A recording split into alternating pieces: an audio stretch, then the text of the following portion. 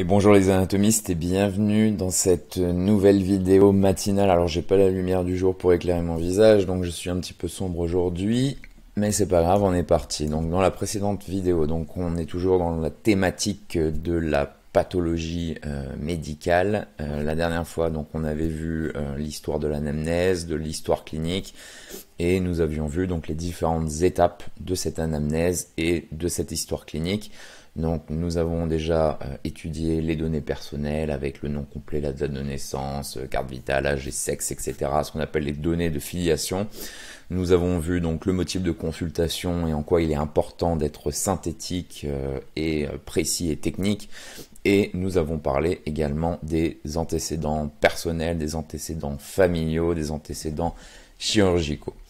Donc nous avions fait un petit schéma pour que vous pouvez utiliser pour guider, faire avancer votre anamnèse, donc les données personnelles, le motif de la consultation, les antécédents personnels et familiaux. Et aujourd'hui, nous allons parler de la maladie actuelle, de l'anamnèse par les appareils, de l'exploration physique un petit peu, des tests accessoires. Donc c'est parti. Donc on va parler de la maladie actuelle. Donc qu'est-ce que c'est ? Alors, dans le dossier clinique, dans l'histoire clinique, c'est donc un recueil écrit et précis d'informations sur la situation actuelle de la maladie, ou bien du processus qui a conduit le patient à consulter un professionnel de santé. Les informations qui s'y trouvent doivent être exprimées avec une terminologie médicale, d'accord, parce qu'on avait vu que les caractéristiques de l'anamnèse de l'histoire clinique, c'est le suivi des patients, c'est la continuité des soins, c'est la multidisciplinarité, si je prononce bien. On avait vu, alors attendez, hop, les caractéristiques de l'histoire clinique. Voilà, la continuité des soins, l'intégrité des informations et la multidisciplinarité. D'accord, parce que tout ça, ça garantit donc la continuité des soins, la qualité de l'assistance, la base de données et faciliter l'échange d'informations entre les professionnels de santé. Donc la maladie actuelle doit être ordonnée quant à la présentation des informations, c'est-à-dire qu'on va classer en premier les problèmes par ordre de pertinence et ou dans un ordre chronologique. Parce qu'il arrive que le patient, et souvent le patient vient vous voir et vous décrit plusieurs symptômes, même des symptômes qui ne sont pas, des signes qui ne sont pas corrélés les uns avec les autres. Généralement aussi, le patient peut venir par exemple pour un test sanguin et se plaindre d'une douleur thoracique. Donc lorsque le problème principal a été défini, ici on a pris comme exemple la douleur au genou, des informations plus ou moins pertinentes seront incluses pour aider à affiner le problème. Par exemple, une activité physique régulière du patient ou le mécanisme de la douleur lorsqu'il y a du mouvement, est-ce qu'il y a douleur la nuit, etc. D'accord ? Et des détails biopsychosociaux peuvent être inclus comme du stress, de l'anxiété, le contexte de la douleur, etc. Donc, au niveau du symptôme principal décrit par le patient lorsqu'il consulte, d'accord, le patient peut par exemple avoir une douleur thoracique depuis 6 mois, mais tout d'un coup, il a un sentiment d'étouffement qui est apparu il y a une semaine et qui l'amène à consulter le praticien. D'accord, cette douleur thoracique depuis 6 mois ne l'a pas motivé plus que ça à consulter, mais cette sensation d'étouffement a créé du stress, a créé de l'anxiété et l'a amené à consulter. Donc pour décrire le symptôme principal dans l'histoire clinique, d'accord, et dans la maladie actuelle, donc nous sommes ici, dans l'histoire clinique, on peut classer donc le symptôme principal en différentes catégories. On parlera de la chronologie de la plainte et de la douleur et de la maladie, ou de la maladie, des déclencheurs, des facteurs qui déclenchent cette douleur. Alors on va rester sur la douleur, de la localisation de la douleur, est-ce qu'elle est diffuse, est-ce qu'elle est localisée, est-ce qu'elle est irradiée. Nous pourrons parler également de l'intensité de la douleur. Alors nous avons fait une vidéo sur les échelles d'évaluation de la douleur. Donc on peut parler de cette échelle d'évaluation. Nous pouvons parler également des facteurs aggravants, des facteurs atténuants. Nous allons parler de la Ouais, j'ai un peu de mal ce matin. La symptomatologie, d'accord, et les autres symptômes qui sont associés. Bien sûr, on va demander aux patients les traitements qui ont été préalablement utilisés et la situation actuelle et l'impact de celle-ci sur la vie de tous les jours du patient, par exemple au travail, dans la vie de tous les jours ou dans ses activités quotidiennes.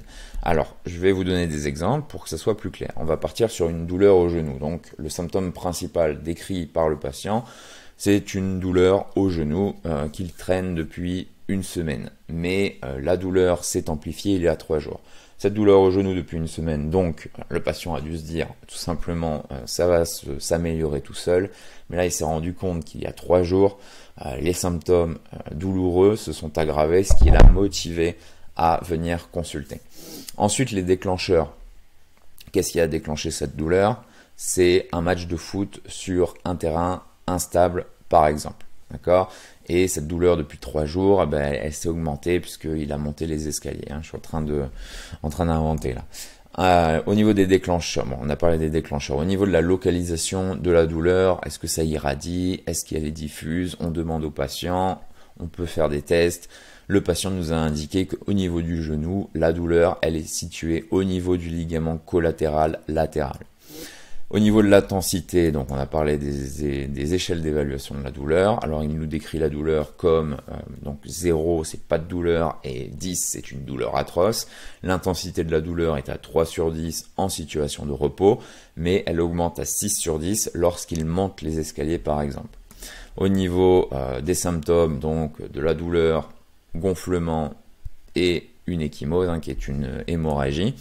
Les autres symptômes qui sont associés, donc ça joue bien sûr sur l'anxiété du patient, mais ne présente pas de problème lors de la marche lente, par exemple. Les traitements qui ont été utilisés par le patient, on peut lui demander si également il est allé consulter d'autres médecins, qu'est-ce qu'ils ont dit, les radios, etc.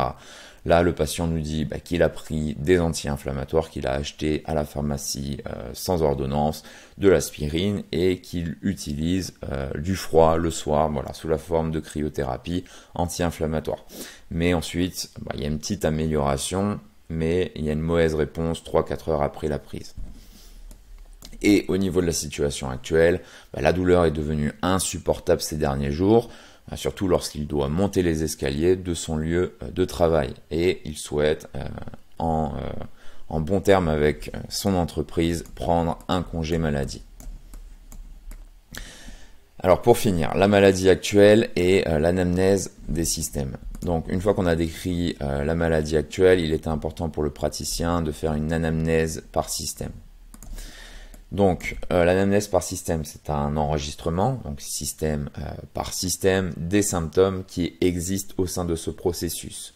Les systèmes vont inclure et doivent être pertinents, bien sûr, par rapport à la description de la douleur, et doivent être pertinents aussi par rapport au rôle des professionnels de santé de détecter ce qu'on appelle des red flags. Je vais juste en parler. Donc l'enregistrement système par système des symptômes. Par exemple, ça peut être cutané, ça peut être respiratoire, ça peut être musculo-squelettique, ça peut être neurologique. Là, par exemple, il y en a un qui est moins pertinent que les autres par rapport à sa douleur au genou. Ça pourrait être une anamnèse au niveau respiratoire. D'accord ? Donc cela peut être plus ou moins détaillé selon le contexte clinique. Ma question, c'est est-ce qu'il est nécessaire, par exemple, de faire des tests génitaux urinaires dans le cas de sa douleur au genou? Bien sûr, non. Ça dépend du contexte. En règle générale, les informations négatives ne sont pas écrites, d'accord?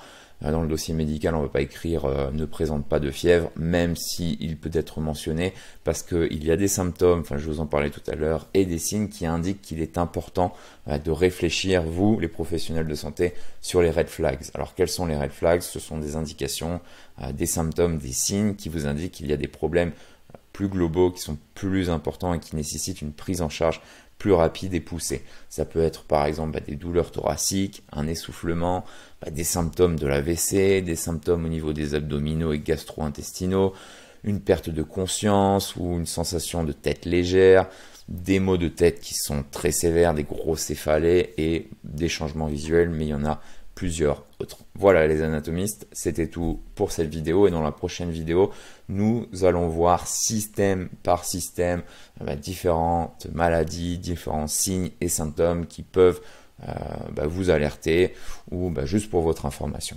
Voilà, à très vite, au revoir.